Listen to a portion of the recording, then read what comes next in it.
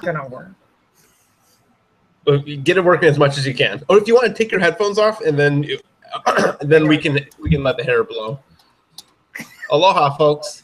It's Antonio Perez with HypnosisProductReviews.com. A lot of you know that lately I've been doing some interviews with marketers, copywriters, etc. Mainly because, well, two reasons. I love marketing and I love hypnosis and change work, and the fact that a lot of healers, hypnotists, people in that kind of those kind of fields are not good at marketing. We need to learn that stuff. Today I'm interviewing the awesome, the smart, the beautiful Lori Morgan Ferrero. I think I got the last name right. And with her nice flowing hair. That was by request, by the way, by you, just so everyone knows that fan thing was all on you. Yeah. Oh no, do it again because I didn't get quite the video, but you can do the. Okay, here we go. Beyonce. Yeah, because because red hair, it's unique. It's kind of like a unicorn. There you go. I know you like redheads, so that's cool. Yeah. I hated being redhead growing up, but it's great now. Probably because there's that reputation that redheads are real fiery and. Yeah, gingers just, we don't look great when we're growing up necessarily. We're kind of gawky and. Okay, I can see that, like the gait or whatever, the gawky. You know what? The funny thing about redheads is there was a study a couple years ago showing that that people with red hair, they have it's a slightly different immune system. I'd have to look it up. It's something to do with I don't know if they get sick easier or if their heal times take longer. It's a weird fact I've heard about. No, it's true. We're very sensitive to pain, like physical pain. Like we're more sensitive, which can be a good thing sometimes. But when it comes to pain, not so good. Huh, I wonder if that's helped you with your copywriting at all. Maybe. Yeah, maybe. I think sure, because I have the emotional pain is also more yeah. Or maybe it was just a lot of really hard work. Okay, that too. I'll give you that. Now, if you don't mind me asking, how did you get into copywriting? You know, I have a journalism degree. I've always loved to write, and I literally discovered copywriting by accident. So I'm going to try to shorten this story up a little, but I was married. I had 2 children. Then I got divorced, and then I had to work, which really sucked. And because I got to stay home with my 2 kids. And then when I got divorced, I had to get a regular job. And I was basically like, what's the fastest thing you can do as a woman? This is in the 90s. And I was a secretary, right? So I hated it. I was in the corporate America. I worked for a healthcare company. Then I worked for a marketing company. And then one day the Columbine thing happened, right, in 1999. And I was like, holy crap, I need to be home with my children. Life is too short. And and the internet, of course, at that point was burgeoning. And I'm like, there's got to be a way. I know how to write. There's got to be a way that I can work from home and be with my kids. And at this time, I also had fallen in love with my soulmate, John Ferrero, Mr. Red Hot Copy. So 3 things happened in 1999. Columbine, and then I got married to John, and then my boss retired from the marketing company, and I was out of a job. So I'm like, I'm not going to get another job. So that's how I got started, and I started freelancing. And then I literally just landed a copywriting client who was a student of Dan Kennedy, and he's like, I need you to write 52 autoresponders. And I'm like, what the hell is an autoresponder? What's that? Yeah. And so I started looking into the genre, and I was like, oh my God, this is amazing. And what I really liked about it, because I have a journalism background, copywriting is much more conversational. You don't have to follow the rules of English, and it's like you're talking. And also, I should throw in there that I wanted to be an actress, which I'm the worst actress, but I just loved the idea of it, which is why I moved out to Los Angeles after I graduated college. But so I really enjoyed dialogue and conversation and stuff like that. And so it was like a perfect mix for me to have like the acting or the personality, as well as breaking all the rules. So that's how I really got into it. It was like in probably 2000 was when I discovered it. And I had no idea there was this whole genre out there that, you know, existed.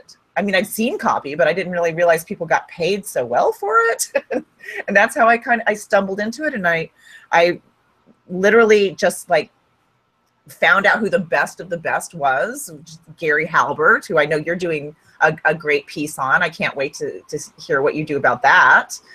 And John Carlton came through, you know, Gary Halbert, and who is still my favorite mentor of all time. And I still do, I'm the female voice for a lot of his seminars. And I'm actually going to a mastermind of his next week. And okay. Isn't that cool? That's Carlton, right? Carlton, exactly. And Dan Kennedy too. So those were like my 3 major influences. You know, which is not bad, right? Not bad company. Not at all. Not at all. You know what? I was watching so I was doing a lot of research for Halbert, and I was watching one interview. I was watching the videos of his tribute, the funerals and whatnot. And the video I love that you did, you were talking about, I think you went into some copy agency, and they're like, hey, we want somebody that writes like Halbert. And you're like, who? That's exactly right. Yeah. Good memory. Yeah, that's when I discovered him. And I went to, my business wasn't going great. It wasn't good on my marriage. My husband was not happy that I had decided unilaterally to stay home. And so I'm like, okay, I'm going to get a job. Ugh. And so I interviewed at this day trading company downtown in Los Angeles, which I knew nothing about day trading. And so when I was in the room, they're like, we want somebody who can write like Gary Halbert. And I'm like, who? And that's when I started reading up on him. And I'm like, oh my God. And that is literally, you nailed it. That's when I literally fell in love with copywriting, because I'm like, this guy is irreverent. He can say whatever he wants. It's a great tone. You can just be, you know, balls to the wall or whatever. It was amazing. That's when I fell in love with it, for sure. Yeah, he is a genius. Actually, I will show you something real quick on my wall. Let's see. One thing I'm big about, you know, is the NLP modeling and whatnot. So what I have on my wall, let me think, get my camera here. Actually, let's see if I can, if that'll show it. This is how I have it set up. Oh my gosh, look at that. Okay, it's backwards. Trying to get in the mindset. I know this picture here, I think it's him in copy. You know, this is his, that just reminds me of his whole gun to the head marketing. That I think that's God. I think that's Bond. Probably. I think that baby is Bond, and then him. Shame. So when I sit down and I wanna get into copy, let's see if that'll sit right there. If I want to get into copy, it kind of puts me in the mindset of, if I see the one that reminds me of gun to the head marketing, I think, oh, I better work and not get up and go check Facebook and blah, blah, blah, blah, blah. Good for you. That's hard for me because I use a lot of social media, but for, you know, more, not as deliberately as I should, but I'm on Facebook a lot, as you can tell. Yeah. You know, if I think my best way to solve that problem, if I had a shot collar, I gave my girlfriend the controller, but I'm pretty sure you've seen some of my posts on Facebook, how I like to roll with the punches with people. I'm pretty sure my girlfriend would be like, you know what, bzz, bzz, bzz, keep on shocking me. I bet she would. I'd like to have a shock collar for you. Yeah, I'm smart enough not to give people shock collars. Let's see. What, if you don't mind me asking, what differentiates you from other copywriters? Well, that's a really good question. I think basically that I learned from the best of the best, and I can write like testosteronal, hypey, not even just hypey, but I can write that really strong in your face. The male. Yeah. Exactly.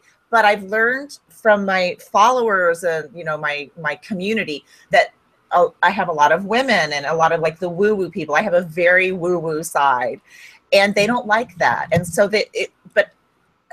so what separates me is that I can talk to them in that sort of like testosteronal voice, but I soften the edges, if you know what I mean. So it relates to women more. I have more story than necessarily, more bonding, more rapport than some of the testosteronal stuff, if you will.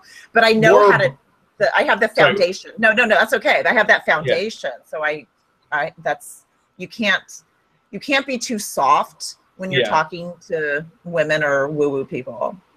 So you have more bonding, more rapport than just straight out like the Hollywood explosions right from the get-go. That's it. Yeah, we have a little more story. We have a little more build, little like rom-com stuff. Exactly. Now, I've heard a lot of copywriters, they talk about having to find your own voice, like your specific voice. How or when was it? What was it like for you when you had that aha moment and you're like, okay, I've got my voice. You've carved your own voice out. Well, I'll throw this back to my good friend Allie Brown. We used to hang out at events and stuff together, and she sort of urged me to move into the copywriting early on. And she was, the e-zine queen way back then. Are you familiar with Allie? No, but did you do a product with her? Yeah, we've done a lot of stuff together. She does sound familiar, yeah. Yeah, well, so at any rate, she's not the e-zine queen anymore now. She's much bigger. But at that point, it was all about, you've got to be personal. You've got to share your stories and things with people because that makes them relate to you, which, of course, that makes so much sense. And so I started doing a weekly e-zine, the newsletter, right?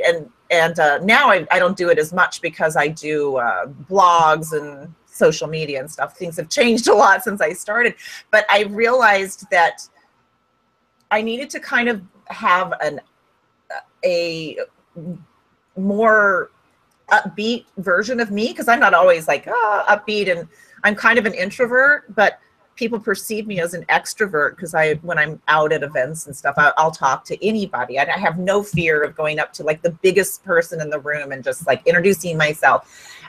But it's so at any rate, to bring it back to the voice, I just realized that to really relate to people, I had to just be like a bigger, more exciting version of me all the time.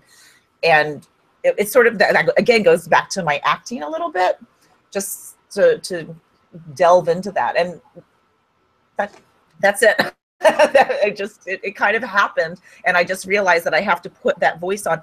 And I will say this too, this is like for your listeners, when I do write my e-zine or I write articles, I think of what people call an avatar, but I call it a target, which is your target market. Yeah, the target. So you'd have like a single person that you're talking to, and so it sounds more conversational. It feels more like I'm actually talking to you, and to a one-on-one person. And that's what good copywriting is. It's like nobody else is in the room. It's not like you all, it's like you. I just want to talk to you. And that one person. Exactly. So that's how it kind of evolved. And I do have to get myself in a good mood, because if you write copy when you're not in an elevated mood, it kind of sucks. It really does. The idea, I think I just thought of it, the idea of talking to the one person, I guess maybe my analogy might be a little off, but how do I put it this way? I'm probably going to piss off some of my audience, but the how do you call them? Like the slimy pickup artists. Yeah. A lot of them, like how they treat women, it's almost like they're addressing everybody as the same. They're trying to talk to, it's like they're talking through everybody. They're trying to talk to the entire group. Is that right? In their copy, you see that more? Or no, I think even the pickup artists in themselves, when they're going out to talk to women, they just see everybody as the same person. Interesting. Yeah, I didn't know that. Yeah, you're going to piss some people off, but that's okay. They deserve it. Yeah, some pickup artists, I've had people that are like, oh, you should interview, I'm not going to name names, like, you should interview that person, the pickup artist. I'm like, nah, I don't want to associate hypnosis with that, because. Yeah, good. I got to tell you, I met, this is kind of an offshoot, but I met a couple of I know a lot of the pickup artists personally, but in, Neil Strauss, I know Neil, he's amazing, but I met. Awesome author. Oh, so good. And his Rolling Stone articles are amazing too. He's so good. But I met Tyler Durden. I hate calling him that. And Papa, whatever I know their real names, but I met them at a John Carlton event, and Tyler, Owen, tried to put the moves on me, and it was really made me angry, but it was also psychologically working, even though I knew what was happening. Like, he separated me out from everybody else, and he put his body in between me and everyone else. And I don't know. And he was so gross. I don't care who sees this. He's gross. But it was like, I was so angry that kind of stuff was working. And on women, I mean, nothing happened, obviously, but on poor defenseless women, it's just let your husband know, like, nothing happened, by the way. Please, gross. But at any rate, it's, how do we get off on that? You brought it up. Well, okay, one last line on that. I think there's a certain demographic of women I think it works on, to where it's. We'll do that another podcast later. Deal. Okay. Let's say if something happened tomorrow and you lost all of your skills and you had to start tomorrow, what would you do? Let's see. If you had to start, let's say if you had half the time, how would you get back to where you are now? Anything you would cut out, add, or do differently? Well, back when I started, social media didn't exist, so I would continue to do social media, because I really believe that's sort of the way the internet is evolving. But I would also, and I'm doing this, I would learn Google AdWords better. So you have cold traffic, so you're getting new people, because information marketing is a little incestuous group of people. We kind of share the same groups, and there are lots of people who need that information who aren't in our little groups. So I would do a lot more cold traffic and testing and tracking. More tracking than testing, because, well, both of those. Testing, tracking, and ads. That's what sounds good. Yeah, I have no experience with ads. I've just done a little bit of copy. I've got the copy I did. I started doing copy for some hypnotists who were doing like small webinars, and then I took Andre Chaperone's Tiny Little Business. Yeah, he's good. Oh, I love his style of marketing. I would like to get him an interview, but he is not really do interviews. He's hard to reach, I'm sure. Now, when you're preparing to write copy, what are some specific mindsets and or beliefs that you have before you're even doing the copy? Well, first, I panic. I'm like, I can't do this. And then I start reading other people's copy from that industry and start doing research. And when I take my mind off of me and start looking at what's out there, then that certainly helps, just doing a lot of research and being very prepared. And I get a lot of that too from my journalism background, just digging in and being ready for that. And then I also read copy that's really good, like John Carlton's, and because when I like his style, and I certainly don't write like John, I don't think anybody can, but it puts me in this cadence, if you will, that I can kind of mimic in a weird way. And this is what I used to do. I don't do now, but maybe I should, is copy. I would write things out by hand or by computer. Do you do that too? I know you were doing that with the Gary Halbert letters, right? I got a big stack of stuff. I'm just finishing some Ben Savinga, going through. I think I'm writing one about olives or hams.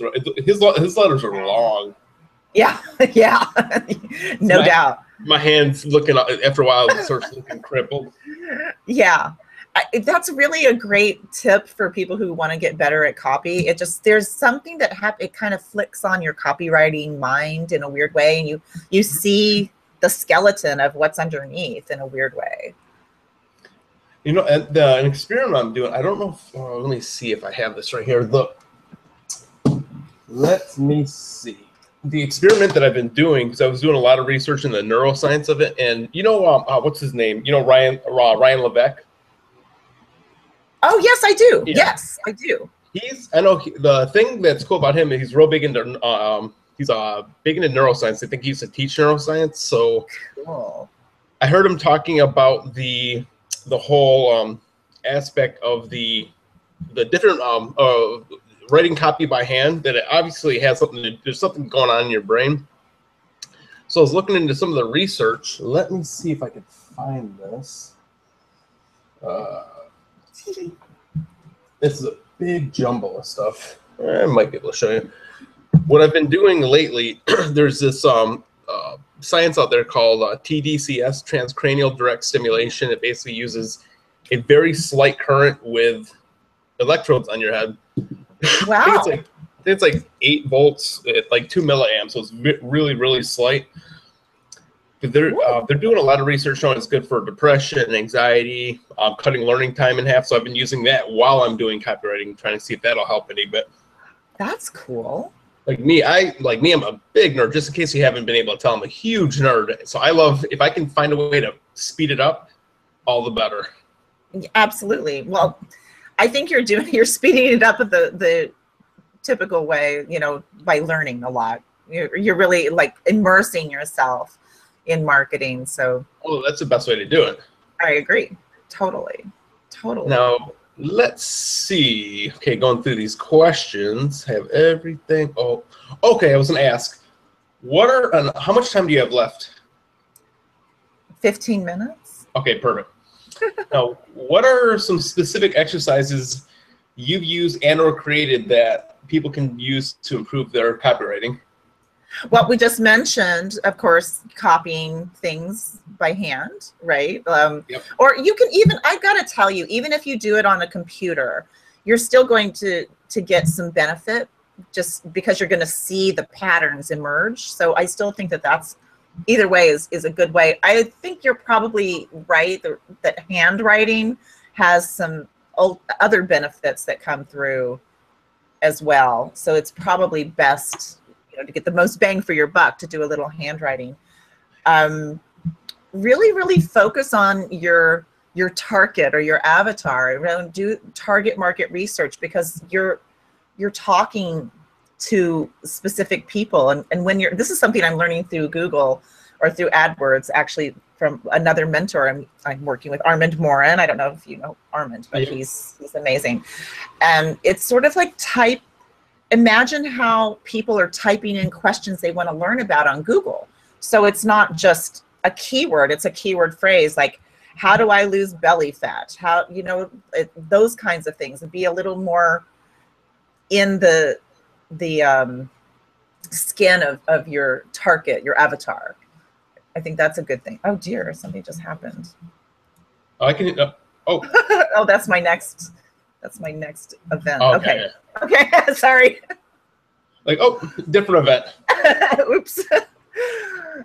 So those are things. Storytelling, you know, is something I'm a big fan of. I have the 30-day storytelling playground on Facebook, and it's a free thing where every day I post a different photo, and you're supposed to write like a little, almost like a caption, just like it's supposed to stimulate your writing creative juices and stuff like that. Let me add something real quick. Yeah. You guys, that is a fun project. I think I did most of the stories. There's 30 of them. I think I did like 15 or 20 of them.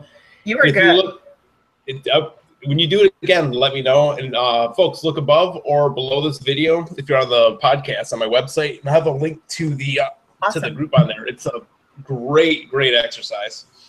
It's super fun. I mean, storytelling, I think it hits, like you were asking what separates me out from other copywriters, and it's not necessarily storytelling, but women in general, and I discussed this with Dan Kennedy, but women really like storytelling in general because it involves them in the copy, but so do guys. So it's if you get good at storytelling, it's going to improve your copy for sure. Yeah, it's that emotional aspect. I think why women might like it is that emotional aspect. Yeah, I think that's probably true. It's that rapport building. It's like, oh, I can relate to that. So yeah, I think that's true. But with, with everybody, it just is, it's more interesting because as humans, we automatically kind of insert ourselves into the story and see like, oh, I'm like that, or I'm not like that, or whatever it is. So I think storytelling is like a really great skill to infuse into your copy. So basically, guys, I've learned the secret. I know the secret to women. Learn storytelling. Right, exactly, and don't try the pickup artist things. Yeah, don't try that. What's sad is a lot of some of the pickup artist stuff is storytelling. So that's it all goes full circle. Yeah, right? It's human nature, right? It's marketing. You're marketing yourself. You're telling your stories. It was interesting. I read about one of your exercises a while ago about, I think the exercise is you take like some kind of ordinary object like a coffee can and you talk about the features of it, the color, etc. Yeah. And then describe that. If you don't mind, I would like to be able to maybe get that exercise later, put on this blog post. It's an excellent exercise to beef up your storytelling. I actually used it to help sell more helicopters on this island. And it was awesome just talking about part of it. The middle part of, have you been to Kauai before? No, that's my dream. Yeah. I've been to Maui and Ojai and Oahu, sorry, and Hawaii, but never Kauai. Yeah. Okay. When you come here, if I'm still doing the same work, we'll go on a helicopter. The middle part of the island, it's a huge 5,000-foot wall of water. So I started describing as like seeing the drops of rain dancing on the front of the helicopter, and people just, their face would melt. I love it. I owe that to you. Wow. I remember when I wrote the sort of that article, and it's just sort of a way of being. I was literally taking my dog for a hike, and noticing like the flowers and describing them and the colors and the smell, and like trying to employ all senses as possible, which I'm sure is a lot of NLP too. Is that right? Yeah, I think NLP is basically people. I think a lot of people in hypnosis and NLP, they overanalyze. Like, oh, they're doing NLP. I'm like, not necessarily. Maybe they're just good at storytelling. All right, okay. But yeah, I'll absolutely I'll dig that up and I'll send it off to you. So that definitely will help people with their engagement of their audience. Oh, big time. Let's see. So we've covered your red hair. We've covered how you came about. We haven't covered about your about the superpowers you're going to be getting from your incident later or yesterday. Yeah, don't look. I have a lot of makeup on. Yes, I got a spider bite, and it's annoying as heck. It's gross. It's huge. Don't look at HD. Don't worry, I can take that out later. It's okay. Don't worry. I was gonna say, yeah, the spiders here are big cane spiders, and then our centipedes are like if you take your middle or first finger, they're about as wide as that. Oh my gosh. They're huge. Let's see. Oh yeah, if you don't mind me asking, how did you model internalize other copywriter styles?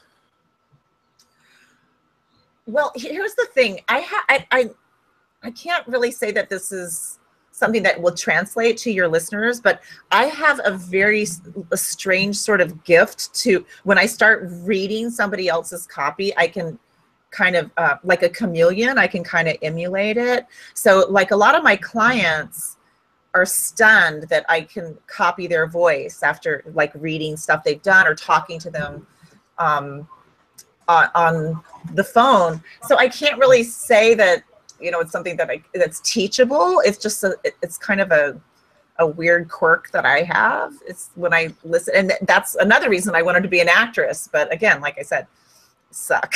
I'm a terrible actress, but I'm really good at capturing people's voices. So I would guess to translate it, one of the things that I do when I write copy is I'll record the person, or of course read what they've written, to try to get to know how they speak, and then absorb it like that. But I don't know that there's a trick to it. You know, I like how you said that you're a terrible actress. Is it like you're a terrible actress, but you're good at setting the scene with a storyboard? Yes, that's right. Exactly. Yeah. Yeah, I'm too emotional, and I don't, as an actor, you're supposed to hold it in and kind of have it brewing underneath. But I was just like, this is how I'm feeling. And so it's not good. I wonder, have you ever done improv? Yeah, I have. I'm terrified of improv, but yeah, I have. It's good. I'm thinking about getting into it just for one, to help me with storytelling. Great idea. And to help me with sales. I think that's a great idea. I've thought about it too, but I'm like I said, I'm terrified of it because you're so out there. My son, both of my sons actually did some acting, but my youngest son used to be in something called Scene Monkeys, which is like a huge, these people, they're really, really good. And he's really, really good. And so I think just watching him, I'm like, no, I'll be an audience member. Thank you. You're making mom look bad. Sit down. Exactly. Exactly. You know, I want to bring up something about how you said that you have that skill about being a chameleon, being able to jump in and kind of model the copy, how you think it's not teachable. If you would be up for another podcast on the line, my friends, Jess Marion and Sean Carson, two awesome NLP instructors, they came out with 2 books about deep trance identification. Ooh. Deep trance identification is basically modeling somebody. You know how like method actors they use a lot of trance. They kind of go into the role. Right. If you'd be up for it, I think my 2 friends, they are really good at being able to pick somebody's, talk to somebody, get their model, and be able to teach it to other people if you'd be up for an interview. Oh, yeah, no pressure. Asking me live. No, it sounds interesting. It sounds fascinating. I'd love to do that.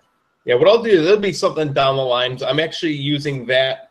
I've been using that with trying to model the Halbert stuff, is I do a lot of handwriting stuff, studying stuff. I'll even imagine, like this chair I'm sitting in, I'll stand by the refrigerator. I'll close my eyes, I'll meditate, seeing him there, seeing him like kind of getting into the mode, and then I'll jump in the chair trying to, almost like a method actor would get into it.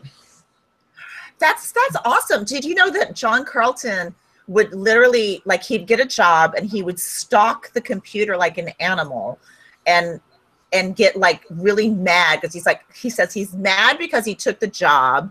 He's mad that he has to write copy instead of, drinking a beer or relaxing or whatever. And so he's just like, he's this rabid animal, and that's how he approaches it. So similar to what you're doing. That's what John does.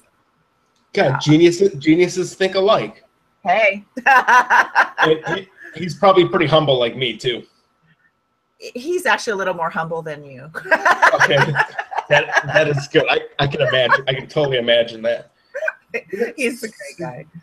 Let's see. I think we have everything covered, and I know that you've got your busy engagement. It looks like you're going to some kind of ballroom. Yeah, folks. When we started this podcast, I had my normal shirt on. She has her bling, so I was like, I need to dress up a little bit. You told me you wanted the Beyonce hair, so I just had to do the whole thing. It is good Beyonce hair. Well, not with the headphones, but whatever. Well, to do the outro, if you want, you can take the headphones out and you can blow the hair around. Okay. All right. Here we go. Wait.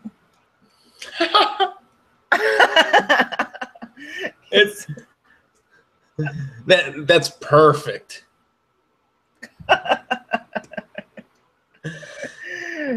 So, Laura, you can still hear me, right? Yep. Yeah, I want to say thank you. It's been a great interview, and then no pressure about doing that later. I like it though. I think it sounds fascinating, and I'm super interested in that kind of work. It reminds me. I was talking to. I just saw you in a picture with the copywriter, David Deutsch. Yes. I was talking to him about it. He was super interested. He grabbed a copy of the book, so I'm going to try trading notes with him is he seems like a very well-rounded person. He seems like he seems very well-rounded, like he likes science and everything. He does. He's a rabid researcher. He's really great at that. And yeah, he knows a lot. He's super smart. He's a little intimidating. Yeah. So David, by the way, we're all I think the word is fawning over your brilliance. Yes, he knows. I figure if I suck up, it'd be a good way to get some podcasts. There you go. Just don't eat with him unless you're gluten-free, and he's got all kinds of rules about food. oh, is he a gluten-free person? Well, for his immune system, he's got a lot of rules. A lot of rules. Okay. So I'm guessing that he might have. Actually, I don't want to. I'll talk about it later. Yeah. Yeah. I don't want to bug him about his dietary habits. No, it's working well for him, so it's good. That's as long as it's keeping him healthy. You got it. That's right. My main rule about eating, no meat, no eat. I gotta have. I'm sorry, I don't think I could be vegetarian. I need my meat. I understand. I like it too. My husband makes the best steaks I've ever had. Oh my gosh. That would be hard to give up cows. I'm sorry. They're so cute, but yeah, they're delicious. I've seen the pictures of him cooking on, I guess, you guys' grill. I look at the pictures. I'm like, oh my God, I should totally befriend you guys. You guys are making me hungry. He cooks. I don't do anything. I clean. I don't cook anything. He's so good, so I don't need to. So it's good. That's awesome. Hey, thank you so much for taking the time to jump on this podcast with me. It's fun. And so far, I don't think I haven't been too over the top, right? You've been awesome. You had great questions too. It's all good. Yeah, but I come from the I guess like the neuroscience interest aspect. Yeah. And so everybody listening, I forgot to mention the website. Oh. Is it redhotcopy.com? Redhotcopy.com, or there's also my burgeoning new website, gingerquinn.com, which is my alter ego in the relationship industry that I'm building up, which is super fun because I've literally been not married to my husband the whole time, but I've been with him for over 20 years, and people still think we're newlyweds. So I'm like, well, why don't we start dispensing some advice? So might as well make some money. There you go. And make people happy. If you look up or below, you'll see a bunch of information. Yep, just like that. You'll see some information, blog posts, and all that good stuff. And I know you have another engagement you have to get to. Yes, I have 1 minute left. So thank you so much for the interview. It was really fun. Like I said, I enjoyed it thoroughly. And you rapid fire asked amazing questions. Well, it's probably the ADD I have and all the energy I have. Or 2 cups of cappuccino, or 2 cans. I think that's probably what it is. Maybe. You have a nice day, and I will get this interview to you soon. Everybody, awesome. Have a wonderful day or night. Aloha. Okay, thanks. Bye-bye.